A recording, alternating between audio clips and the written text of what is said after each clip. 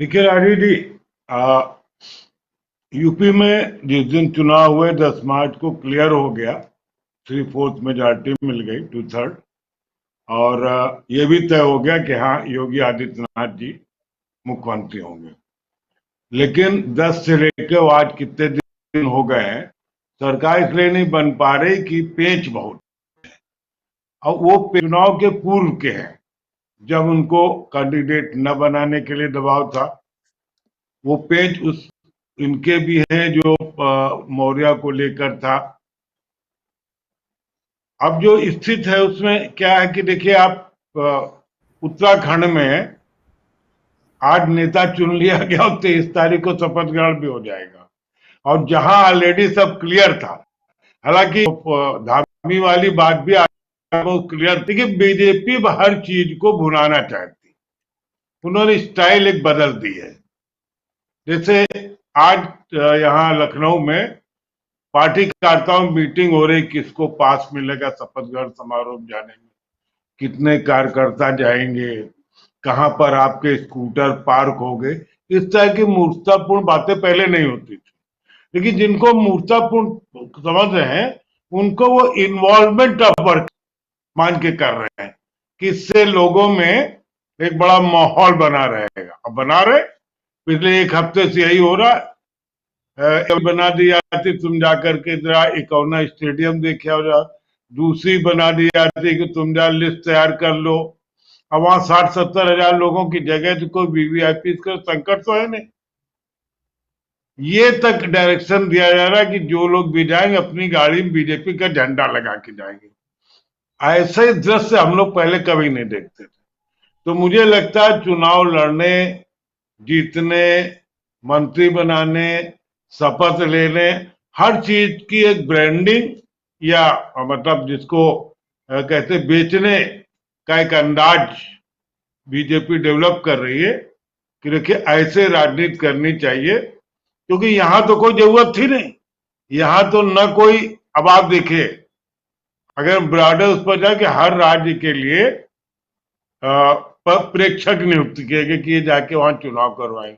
वो उत्तर प्रदेश में क्लियर था, यहाँ कौन सा उनको चुनाव कराना है, क्या योगी जी को ही बनना है।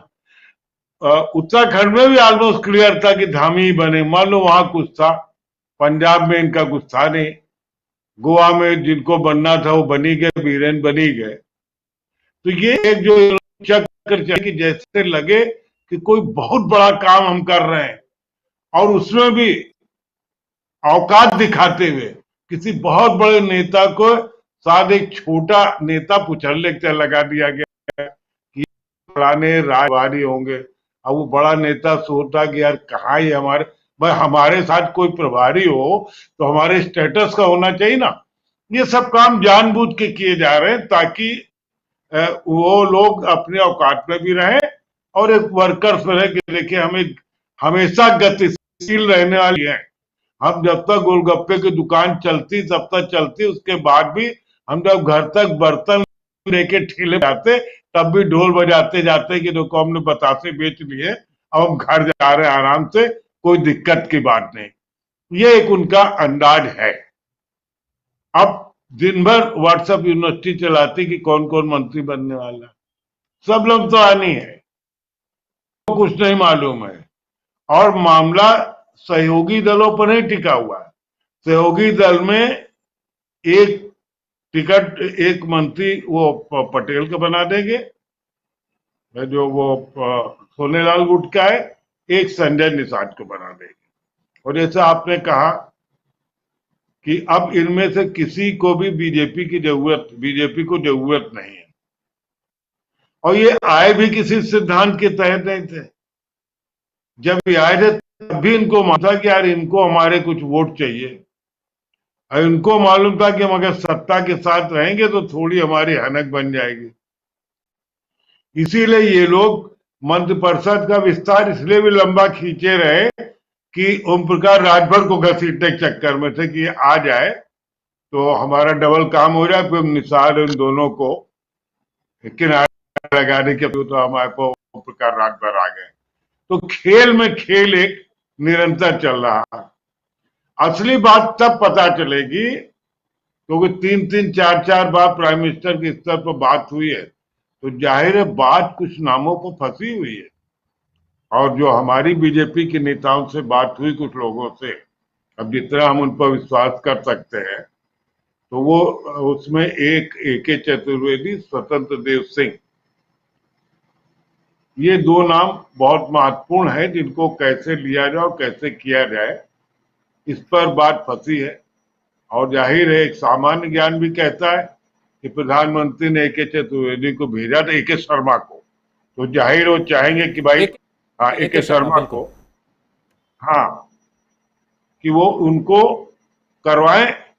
लेकिन देखिए जो योगी जी का स्टाइल है, आपने देखा जब चुनाव इतने रेट से वो नहीं आए थे, जब उनको कुर्सी दी गई थी, प्रधानमंत्री को पूरे टर्म लटकाया, लेकिन चुनाव कुछ नहीं दिया उनको।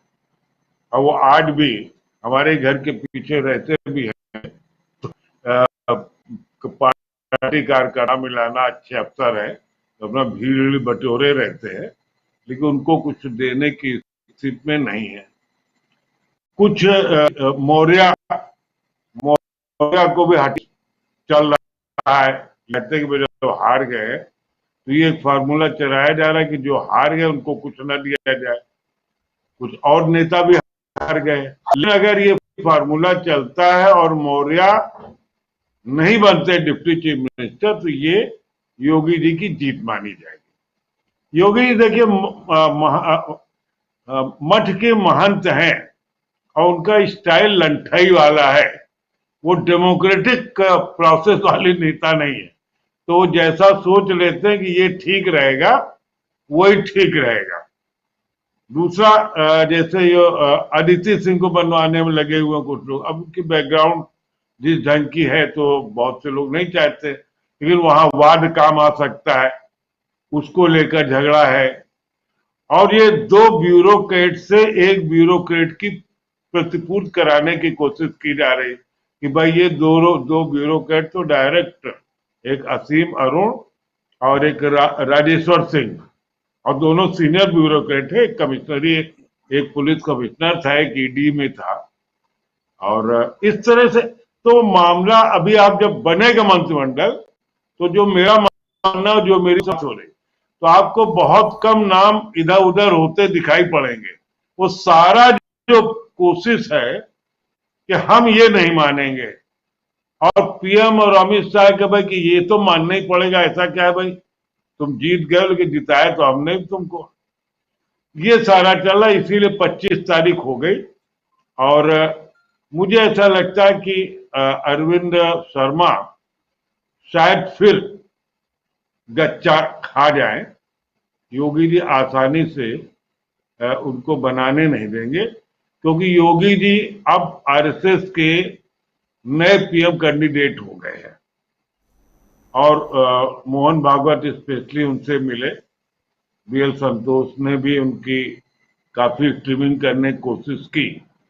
मेरा जो एक अंदाज कहता है वो ये है कि ये दो वाले तो अफसर बना देंगे, इनको शायद न बनाए कोई पार्टी, और ये इनको मौर्य को मुझे लगता है कि इनको लगभग हटा करके प्रदेश अध्यक्ष पर ले जाएंगे, और स्वतंत्र देव सिंह को जरूर लाएंगे, क्योंकि स्वतंत्र देव सारी ऑड परिस्थितियों में इनको मुख्यमंत्री चुनाव लड़ने देने के लिए, और जो इनके ऊपर दबाव था कि नहीं ये अमित शाह की शर्तों के हिसाब से चुनाव लड़ेंगे, क्या करेंगे, उसमें भी स्वतंत्र देव सिंह इनके साथ पूरी तरह रहेंगे।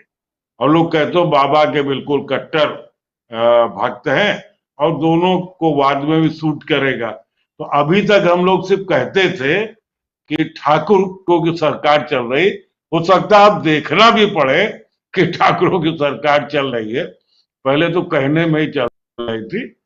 और मैंने मालूम वो सहयोगी दलों की वजह से, सहयोगी दल क्या पिद्दी सोचवा, 4-4 लोग हैं जी। दुबे साहब आऊंगा फिर से, बहुत सारी बात